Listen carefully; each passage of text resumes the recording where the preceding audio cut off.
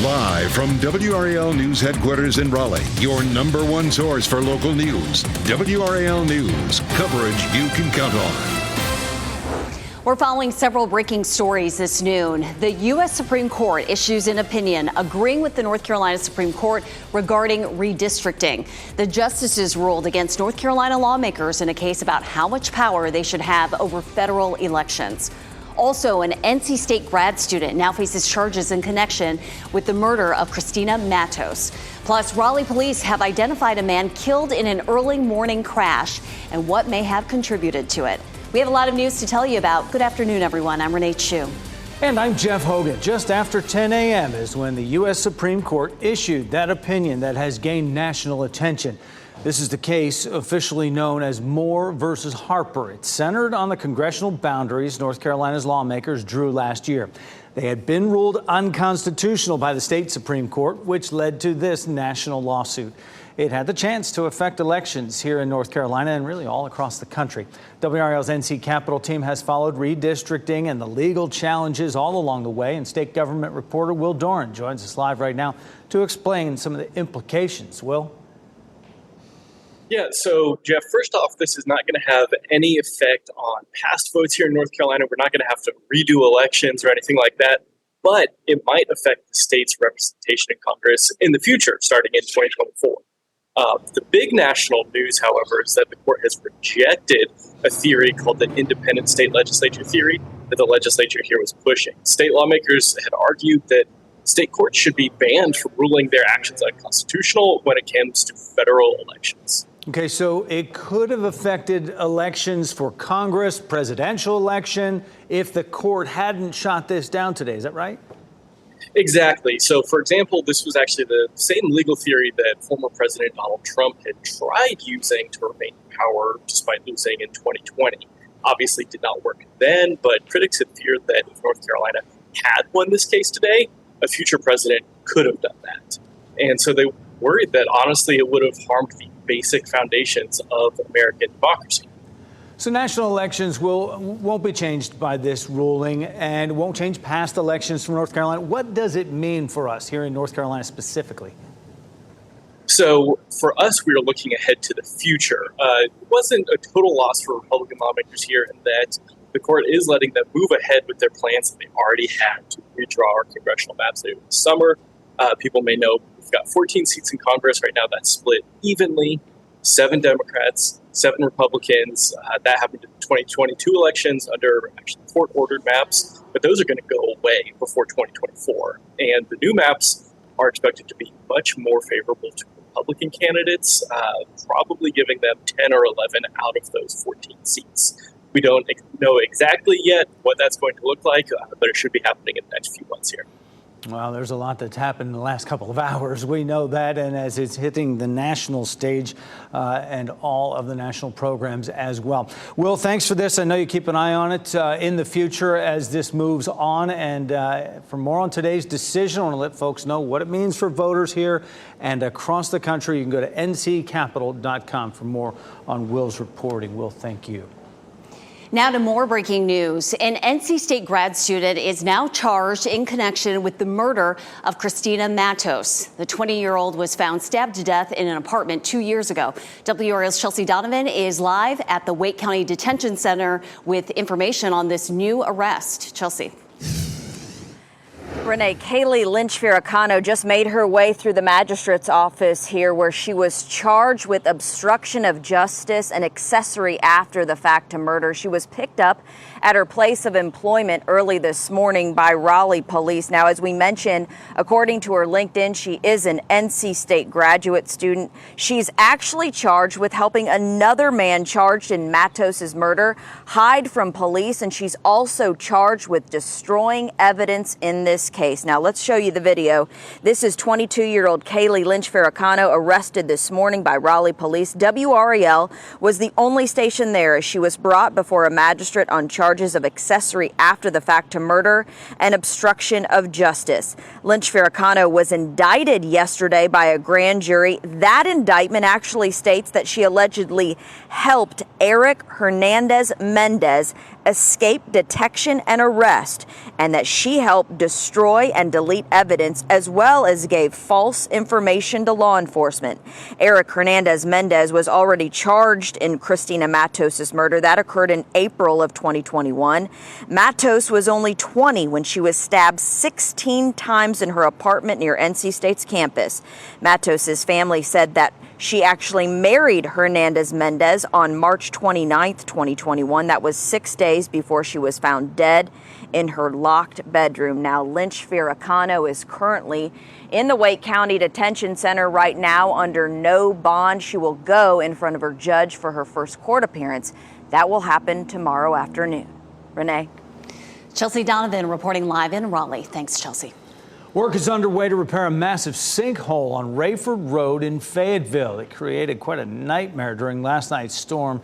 We're told a Fayetteville police officer got pushed into that hole by an 18-wheeler as it slammed through a barricade. WRAL Fayetteville reporter Gilbert Bays is live after speaking with the police chief about the chain of events that led to his officer being hurt. Gilbert.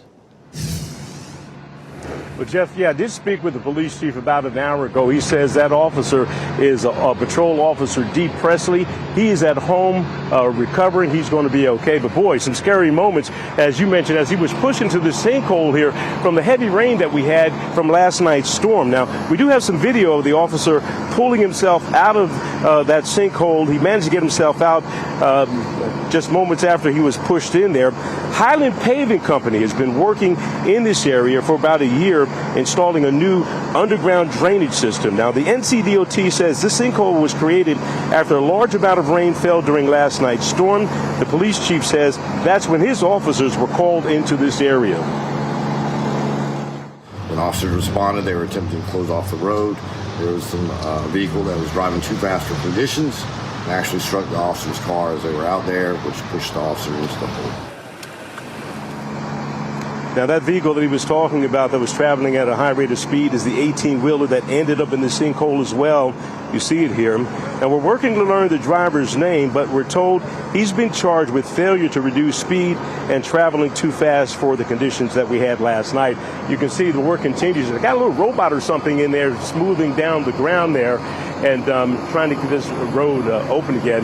Now, I did talk with Andrew Barksdale. He's a spokesperson for the NCDOT. He says he's satisfied with the work that Highland Paving Company has been doing on this project here. He said what happened out here, unfortunately, was an act of nature. We've experienced it with hurricanes and flash flooding that comes with that. Jeff, that's the bad news. The good news is that they believe that this work will be completed sometime today, and Rayford Road from 71st going back into the city should be open sometime later today. Yeah, that is certainly a quick recovery right there, and also good news, and we hope that officer recovers quickly as well. Gilbert Bays, live in Fayetteville. Now, a portion of Bragg Boulevard reopened this morning after flooding overnight. It had about 18 to 20 inches of water filling the intersection right there, Martin Luther King Jr. Freeway. 2 cars were abandoned in that water, and they needed to be pulled out. The DOT was able to get the drains open and cleared that road shortly after 3 this morning. A home in Cary is needing repairs after a tree came down in that storm. It damaged the home in the Somerset development on Haley House Lane. The homeowner says part of the ceiling fell on a woman who was sitting on the sofa in the family room.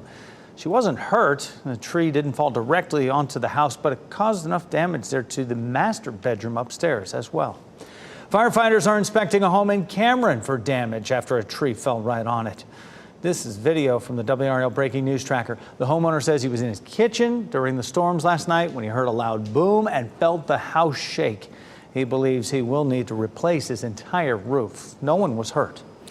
Breaking this noon, Raleigh police say a man who died after crashing his car into a Duke Energy truck may have been impaired.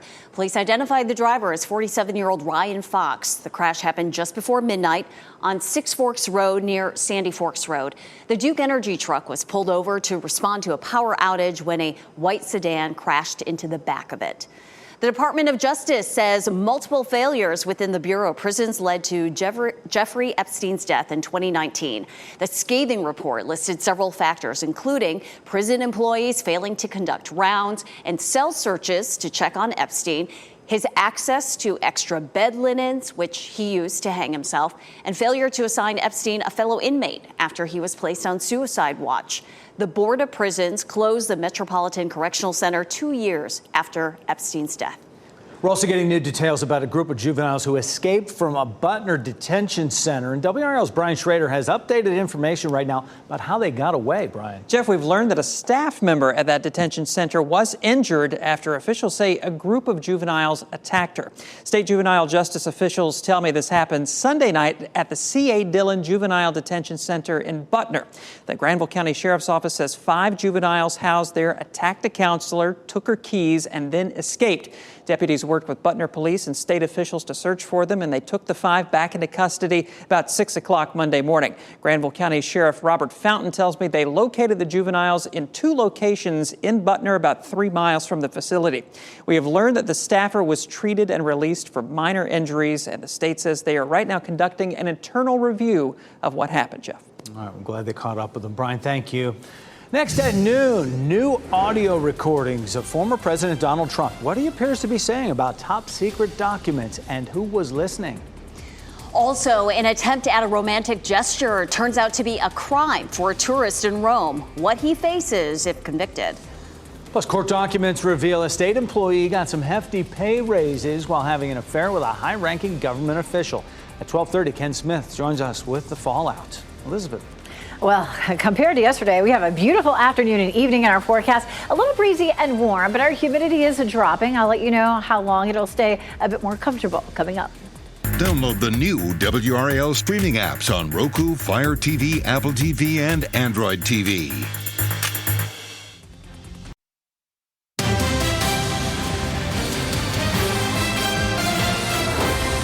Turning now to big development in the federal case against Donald Trump that involves those highly classified documents he took with him after leaving office. For the first time, an audio recording has surfaced in which the former president appears to discuss classified documents with people who did not have security clearance. NBC's Garrett Haig shares the audio.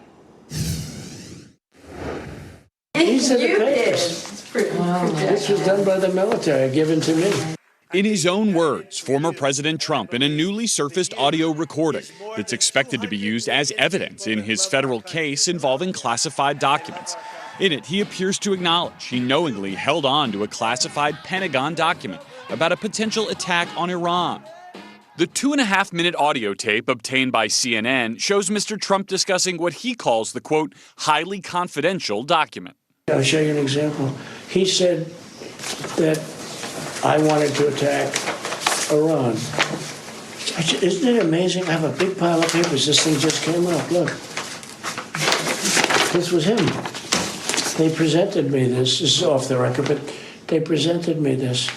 That conversation, according to the special counsel, took place during a meeting at Mr. Trump's New Jersey golf club in July 2021 with 2 staffers, a publisher, and a writer who was working on a memoir of Mark Meadows, his former chief of staff.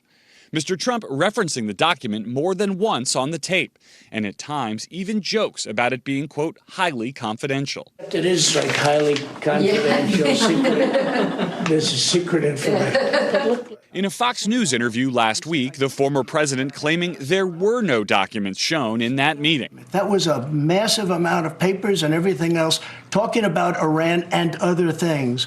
And it may have been held up or may not, but that was not a document. I didn't have a document per se. There was nothing to declassify. These were newspaper stories, magazine stories, and articles. I'm just saying.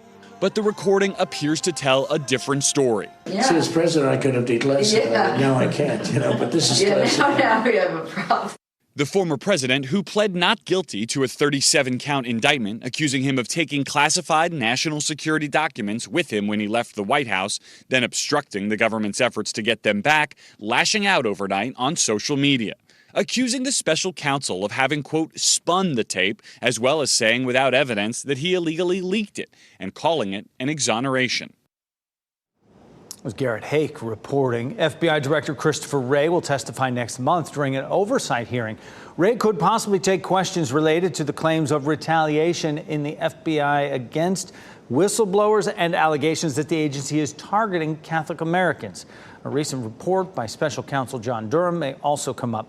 The report concluded the FBI should not have launched a full investigation into connections between Trump's presidential campaign and Russia during the 2016 election. A man accused of opening fire into a car and killing an unborn child will make his first appearance in court this afternoon. James McBride is charged with murder and several other counts, including attempted murder. Cumberland County deputies say back in May, McBride fired shots into a car with 6 people inside it along I-95. 3 people were hurt. The unborn child did not survive. McBride is in jail on a $3.1 million bond. The man accused of killing 4 University of Idaho students is expected to appear in court this afternoon, just hours after prosecutors said they plan to seek the death penalty against him. Brian Koberger's attorneys asked the court to order prosecutors to turn over more evidence about DNA tying him to the scene. They've even floated theories that DNA from 3 other unidentified men were found at the crime scene. Carving your partner's name into a tree in the forest can sound romantic and sweet, but carving it into the Colosseum in Rome, not advisable. A young tourist was recorded using a key to carve his and his fiance's names into the Colosseum in Rome. The inscription read Ivan and Haley, 23. The alleged incident took place on Friday, and police were alerted by videos appearing on social media. Italy's culture minister is calling for the man to be identified and sanctioned. If convicted of a crime, that man could face a fine of at least $16,000 or up to 5 years in prison. So they're looking for Ivan, and they have a good shot of him. When in Rome, don't do that. Yeah, not romantic at all. Pretty reprehensible. Do not deface historic It's a buildings. historic building that I'd like to see one day. Well, we're seeing sunshine out there and some blue skies. Meteorologist Elizabeth Gardner in the WRAL Severe Weather Center. We are drying out after a night of wild weather. We did, yeah. From the Triangle area down southward, we had a lot of reports of wind damage. We had 4 inches of flooding in Fayetteville, where people had to be rescued out of their cars. But it's a nice, quiet day today. Nothing's showing up on the radar. We might have a few isolated showers or thunderstorms later on today. We'll move things past to about 1:30, and you can see, especially north and east of the Triangle area, that's where we'd have a better chance of just a quick shower. We're not looking at anything severe or anything that's going to cause anybody any real issues, but it'll be, we'll have some of these big puffy cumulus clouds that here and there could, let loose a quick little shower or a sprinkle as we get through the afternoon and evening. Tomorrow's looking very similar. We're going to be nice and dry. Temperatures are a little bit cooler than yesterday. The front is still trying to move past us right now. And so we'll continue to see conditions feeling pretty nice. This is a live look, of course, at downtown Raleigh at the North Carolina Museum of Natural Sciences. And I think that's one of the summer camps at the museum. So you see the kids marching back into the building there, right there at the Daily Planet.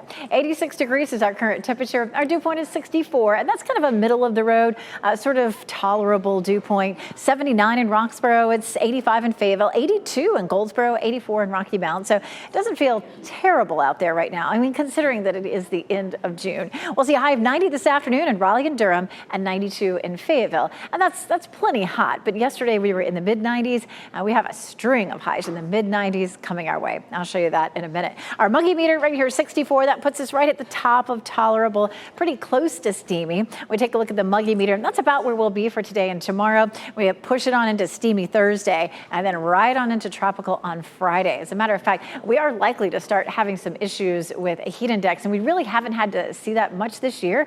We had a really mild May and June up to this point. 90 today, 66 tonight. That'll feel pretty comfortable. 89 tomorrow and 66 Thursday morning. And then we get into Friday, and we'll see that high of 94, looking at mid-90s, then all the way through Monday. Of course, Tuesday is the 4th of July, and so this is a big weekend. A lot of folks heading out of town this weekend, most likely for a big chunk of vacation around the 4th of July. We're going to move into a slightly wetter pattern with the addition of the heat and humidity. 93 Saturday, we have 40% chance of thunderstorms, and they're again likely on Sunday and Monday. But they're going to be that summer-like pattern where it's really hot and humid, and at the end of the day, we have these little spotty thunderstorms that pop up, and we see the rain. It just makes everything feel more steamy. That's what we're looking at for the holiday weekend. All this heat, as long as you're careful out there, though, will make it nice for 4th of July types of events like going to the pool or the lake. We also are watching the tropics. Another system may re-energize. I'll show you that coming up. For the first time, the city of Raleigh sent its first public safety alert. Coming up at 4, WRAL's Matt Tallhelm sits down with the Wake County Emergency Director about yesterday's scare with an armed suspect.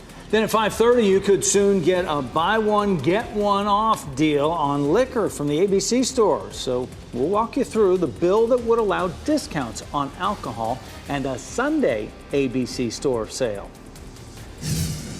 And still ahead this noon, Amazon is introducing a new plan to help customers get their packages in a timely manner.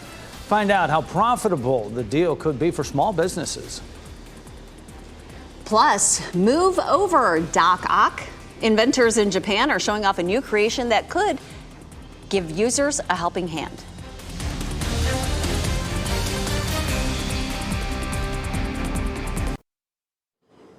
Taco Bell's volcano menu makes a comeback, and renters are finally getting some relief. Those are among today's business headlines with Sabeel Marcellus.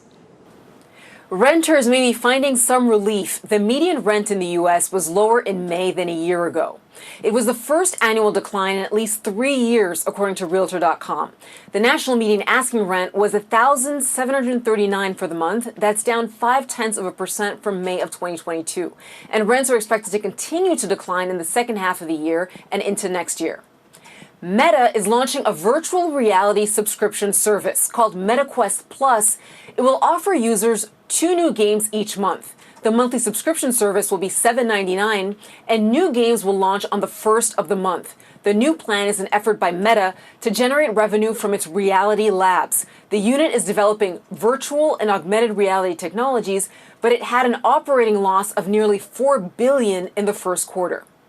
Taco Bell is bringing the heat with the return of its volcano menu. The double beef volcano burrito, taco, and lava sauce are all returning for the first time since 2016. The trio feature a spicy blend of cheeses along with fiery red jalapeno peppers. Taco Bell Rewards members can start ordering the items beginning today. Others will be able to order the volcano menu starting Thursday. And those are your business headlines. I'm Sabeel Marcellus at the NASDAQ market site. Drive-thrus are highly beneficial to fast food restaurant sales, but they may be causing problems for some towns and cities. A new report says the long lines of customers in their cars waiting to order, leading to traffic congestion and accidents. A growing number of cities now are banning new drive-thru developments in an effort to make the disruptions stop. Local businesses can earn some extra money with Amazon's new delivery plan. The company is starting a program called Amazon Hub Delivery, which pays small businesses to complete the final leg of delivery. Businesses interested in applying for the program do not need to have delivery experience, but will be expected to make daily deliveries with its own staff and vehicles. Amazon says businesses could make up to $27,000 a year and can expect to do about 30 deliveries a day. When our new news continues, we have new reporting about Jamie Lassiter's affair with Speaker Tim Moore and why her salary raises during that time are being called into question. Also, AI to the rescue. How artificial intelligence technology is helping cities across the country streamline their non-emergency response process. First, here's a look at the winning lottery numbers. Good luck.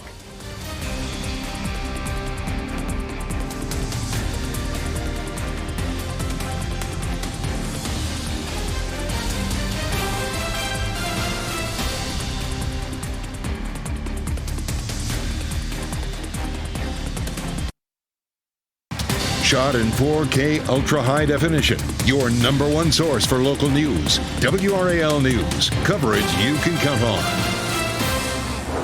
A recent lawsuit revealed a state employee had an affair with one of the most powerful people in state government. And the woman at the center of that lawsuit got large salary raises during the course of the affair. Now, this revelation is raising concern among political observers about the legitimacy of the raises. WRAL's Ken Smith joins us now with some of the background on this story. Ken. Well, Jeff and Renee, our NC Capitol team broke this story earlier this morning. We're talking about Jamie Lassiter, who, based on a lawsuit filed by her estranged husband, had an affair with House Speaker Tim Moore. This is all coming out as a result of this alienation of affection lawsuit filed by Lassiter's husband, Scott Lassiter.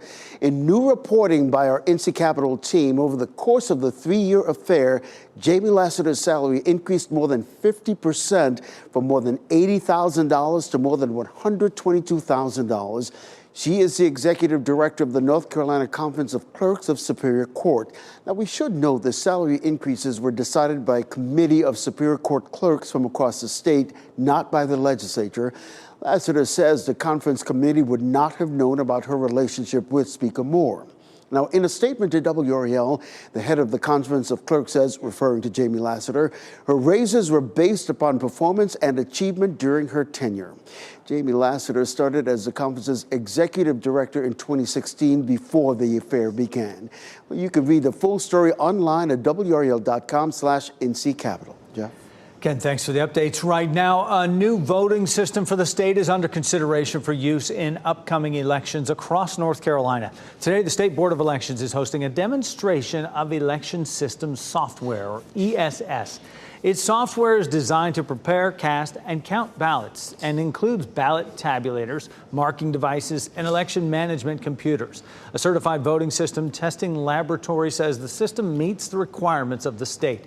It's already used by 94 of the state's 100 counties. We expect to learn more today about progress on a new effort to keep children safe in Wake County's public schools. The Board of Education will receive an update on the timeline for its new visitor management system.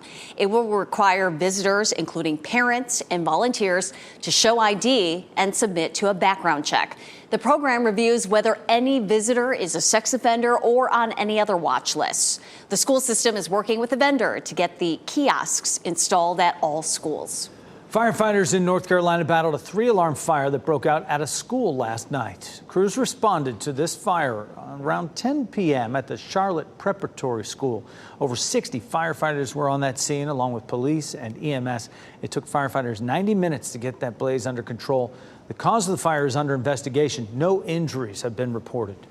A couple of major road projects along the Beltline could delay drivers this week. Work on the I-440 widening project will have eastbound Wade Avenue closed from 11 p.m. to 5 a.m. each night through Thursday. Crews are working to demolish the old 440 West Bridge to Wade Avenue. Meanwhile, resurfacing continues to fix the rough pavement on I-440 between Lake Boone Trail and Wake Forest Road. Crews have one more lane to complete on the eastbound side between Six Forks and Wake Forest Roads. This morning, local and state leaders held a panel discussion about plans for growth in West Raleigh. Local and state leaders shared their progress on the Hillsborough Street closure at I-440, the work along the Blue Ridge Corridor, and new affordable housing. The goal is to improve traffic flow in that area. Organizers say there are hundreds of millions of dollars being invested into these projects. We're surrounded by artificial intelligence in everyday life, and now cities across the United States are using the technology to help streamline the non-emergency response process. Carly Olson explains how the city of Portland, Oregon is putting that technology to use. 911, what's the address of the emergency? When you think of emergency response, you might think of calls like these. Is he responding normally? Is he completely alert? But not all calls that come into the Portland Bureau of Emergency Communications need the same level of response. Hello. And that's where artificial intelligence could lighten the load. My car was broken into. Director Bob Causey shows us how it works, a new program with an automated voice to guide callers through non-emergency situations. I'm going to get you help with a theft from a vehicle call. An idea born from a pressing need. Our 911 calls have increased by 39% since 2018. And 911 is our priority. That's what we answer first. And then non-emergency calls have to wait. It's not unheard of for callers to be waiting for an hour, sometimes even 2 hours. Sometimes the line is backed up with calls that don't necessarily need a human touch, and this tool would get them connected to resources without waiting and also place less stress on staff. And our staff is looking forward to it because a lot of the burden that they face is recognizing the number of calls that are waiting in the queue.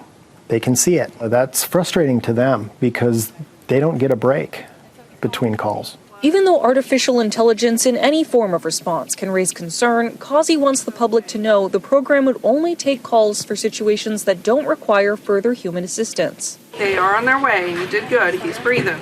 And emergencies would still be handled by real people. Non-emergency calls that do need to be dispatched do need to come to us, but many of them can be vetted a different way.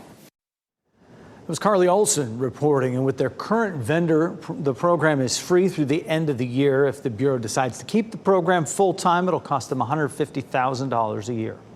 Congress is cracking down on using chatbots in the office. A House of Representatives memo lays out strict guidelines for using AI models such as ChatGPT. Officers are reportedly only allowed to use the paid version of the chatbot called ChatGPT Plus because of its stronger privacy controls. Staffers must enable privacy features to prevent the technology from saving the data. Its use is limited to research and evaluation. Elon Musk's mother is calling off an MMA-style match between the SpaceX founder and fellow billionaire Mark Zuckerberg. May Musk tweeted saying the fight was off. Her disapproval comes as Musk found a new training partner, former UFC champion George St. Pierre. The MMA legend tweeting that training Musk would be an absolute honor. Musk responded, "Okay, let's do it." Mom knows best. We know that ultraviolet light from the sun or a tanning bed can increase your skin cancer risk. But what about UV light from the lamps used to dry your nails at the salon? We'll share the findings of a recent study. Plus, how parents can help rein in their kids' time on social media thanks to new features within the social media apps.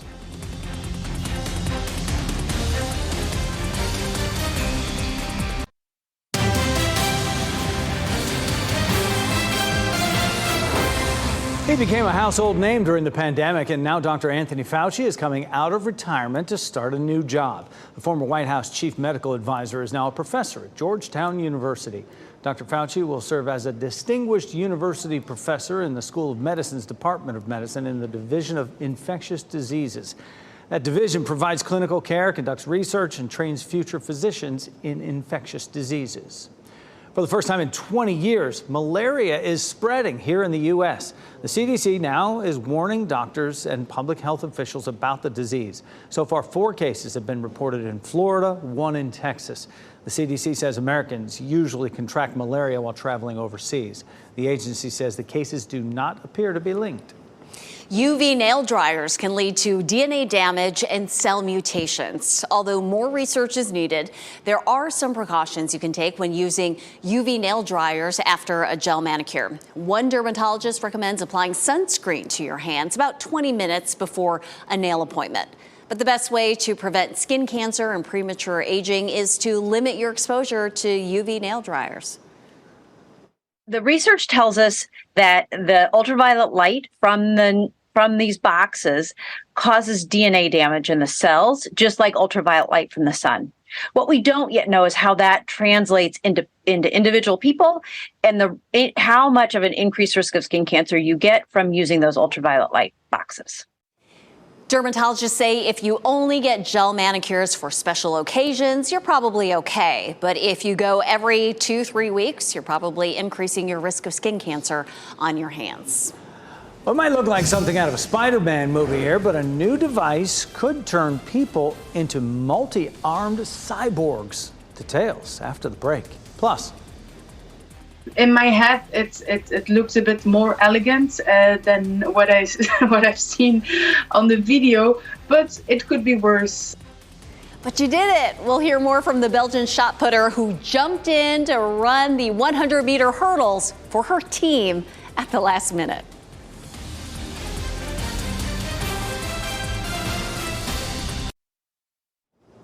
it's a busy world we live in. Sometimes it seems like we don't have enough time to get things done, not enough hands to multitask. Marianne Rafferty takes a look at the unique invention that could solve all our problems. We've all been there before, when life gets so busy that an extra set of hands doesn't seem like a bad idea. And thanks to researchers in Japan, it could become a reality.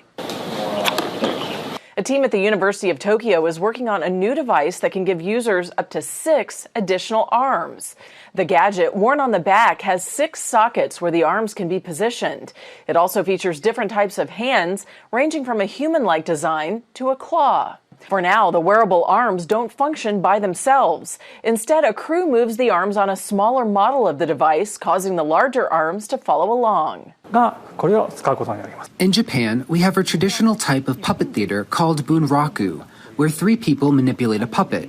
so it's quite similar to that type of remote operation. But as technology evolves, researchers hope to develop other accessories that can be added to the device. If in the future you wish to sprout wings from your back or attach a drone, by changing these attachments, you can acquire a range of abilities. I think that could be a possibility. The team also says their tech isn't just for making life more practical. They hope it can inspire new forms of artistic expression. I want to see new types of performance using the body, new art forms being created. I'd like to stimulate creativity and accelerate its spread throughout society. Okay, so maybe not all of our problems, but that was Marianne Rafferty reporting, and this is great news. The team is also exploring how the device could be used for speeding up search and rescue operations after natural disasters. When a top Belgian hurdler could not race in the European Athletics Team Championships, her team turned to its top shot putter. Violene Boamco finished 7th in the shot put, an event in which she recently broke her own national record. Now, normally that would have been the end of her competition at the championships in Poland. But when injuries took out her teammates, it was Boamco to the rescue. I'm really happy that this race symbolized something, the team spirit, the team playership, and that people from different situations, professionals, not professionals, people who are not into sports really see it, and it really connects people. The 100-meter hurdles for my team. What a moment. At the finish line, Boamco's fellow racers greeted her with high fives and handshakes. Despite her heroic effort, Belgium faces relegation to Division II in the next European Athletics Team Championships, having finished 14th out of 16 teams. In the biennial competition, the bottom 3 Division I teams are relegated and replaced by the top 3 Division II teams. So standings aside, though, just that effort alone, what a memorable moment, a moment of humanity. That's incredible. Yeah, she said she didn't want to be famous. She wants to be known for her values. And she just did the teammate kind of thing to do. That's the person you want on your team. Yep. She is an MVP. That is great stuff. Elizabeth Gardner is our MVP as well in the WRAL Severe Weather Center. And for this day, Elizabeth, we had a decent day yesterday. Overnight it was a different story, huh? Ooh, yeah, it was a mess. Lots of trees down. We had almost 24 reports of wind damage reports. Of course, we had people had to get rescued out of their cars in Fayetteville. They had more than 4 inches of rain. So today will be a lot more quiet. It's a little bit cooler and a little less muggy. Meteorologist Mike Mays just walked into the building and said, "Oh, it's hot and sticky out there." I'm like, I just think we're not used to it. Yesterday we hit the mid-90s, and we have more weather like that. And our forecast as we head into the holiday weekend. Here's a look at Goldsboro. Lots of sunshine, just a few little puffy cumulus clouds. Here's a look at Apex. You can see more in Apex and Chapel Hill, those cumulus clouds. Some of those big puffy cumulus clouds may dump a quick little shower on you this afternoon, especially north and northeast of the Triangle area. Apex looking great here. Chapel Hill's courtesy of Top of the Hill Restaurant. And of course, this is a look at our Fayetteville newsrooms. Folks enjoying a little bit of shade right there on Hay Street as it heats up out there this afternoon. Here's a look at Futurecast, and we do have the potential for a few isolated showers popping out. There's nothing showing up on the radar right now, but we'll continue to watch that through the afternoon. Nothing like what we saw yesterday, though. These are just going to be a few little light showers that move through. Our flow is coming out of the northwest, and there's still, some moisture in the atmosphere. And with the daytime heating that we'll see, again, it may pop a shower or two for us. And that begins to fizzle once we get past sunset. We do have a bit of a wetter weekend in our forecast. Our temperatures will start to go up. The muggy meter goes up too, and our chance of storms does as well. So 30% chance on Friday night. There's a chance of a late afternoon isolated shower or thunderstorm. We're bringing it up to 40% on Saturday. Right now we have a 20 to 30% chance on Sunday. We may end up bumping that up again a little bit. Sunday and Monday are looking like they could be a little bit wetter. Mostly it's just these afternoon and evening storms.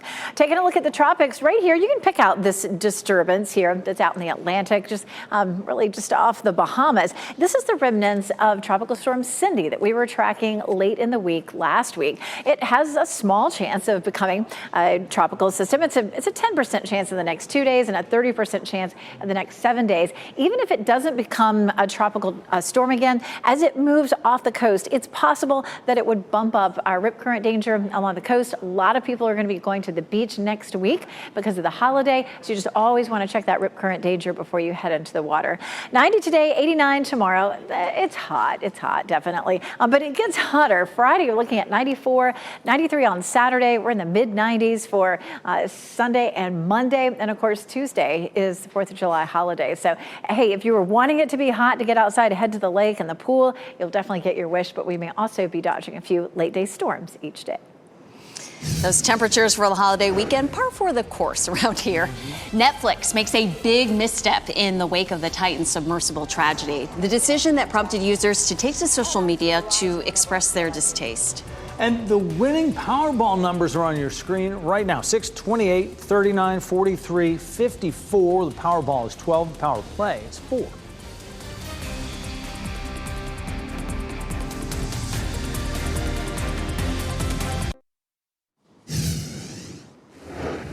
As we wrap things up, here's a look at a few of the headlines we're following today. The U.S. Supreme Court ruled today lawmakers do not have exclusive authority to draw election maps. The case came from North Carolina. In Moore v. Harper, state lawmakers argued that state courts had overstepped their authority by ruling previous election maps unconstitutional. Today, the justices rejected that argument. An NC State grad student is now charged in connection with the murder of Christina Matos. Matos was found stabbed to death, and this morning police in Raleigh arrested 22-year-old Kaylee Lynch Viracano. A grand jury indicted her yesterday. That indictment claims she destroyed and deleted evidence, as well as gave false information to law enforcement about the case. Work is underway to repair a massive sinkhole on Rayford Road in Fayetteville that created a nightmare during last night's storm. We're told an 18-wheeler slammed through a barricade, pushing a police officer into the hole. That officer was able to pull himself out. He's now recovering at home. The driver is charged with failure to reduce speed and traveling too fast for conditions. And breaking news from the WRAL Live Center, we have just learned that Ryan Seacrest will be the new host of Wheel of Fortune starting next year. He will be replacing longtime host Pat Sajak, who is set to step down. He announced on June 12th that he would be stepping down after more than 4 decades on the job. He came to Wheel of Fortune in the early 80s and turned the show into a major hit. Again, breaking this afternoon, Ryan Seacrest will succeed him as host of Wheel of Fortune. Thanks, Michelle. This is big news, too. Titanic is coming to Netflix, but some folks are saying it may be too soon after the Titan submersible tragedy. Some viewers didn't waste time criticizing the decision, calling the timing wrong following the death of 5 men who died in an implosion while aboard the Ocean Gate Titan submersible. The men who were on their way to explore the Titanic shipwreck. According to reports, Netflix's July list of movies included Titanic prior to the news of the missing submersible. Meta is rolling out new parental controls for Instagram and Facebook Messenger. The new feature preemptively blocks unwanted DMs on Messenger and Instagram and nudges them to remind teens to take a break. Parents can also look at settings like who can message their teens and who can view their stories. The supervision controls will be available in Meta's Family Center. Our pet of the day is an older yet energetic beagle boy from Tri-Beagles. Rocco gets along great with other dogs, cats, and humans alike. He enjoys going for walks and is great on the leash, but will take many sniff breaks. Rocco loves toys, especially soft and squeaky ones. To learn more about him, visit tribeagles.org. NBC News Daily is next on WRAL, your next local news update in 30 minutes. You can get breaking news updates anytime with our WRAL News app. Have a wonderful day. Keep watching WRAL News over the air Channel 34 and Spectrum Channel 1257.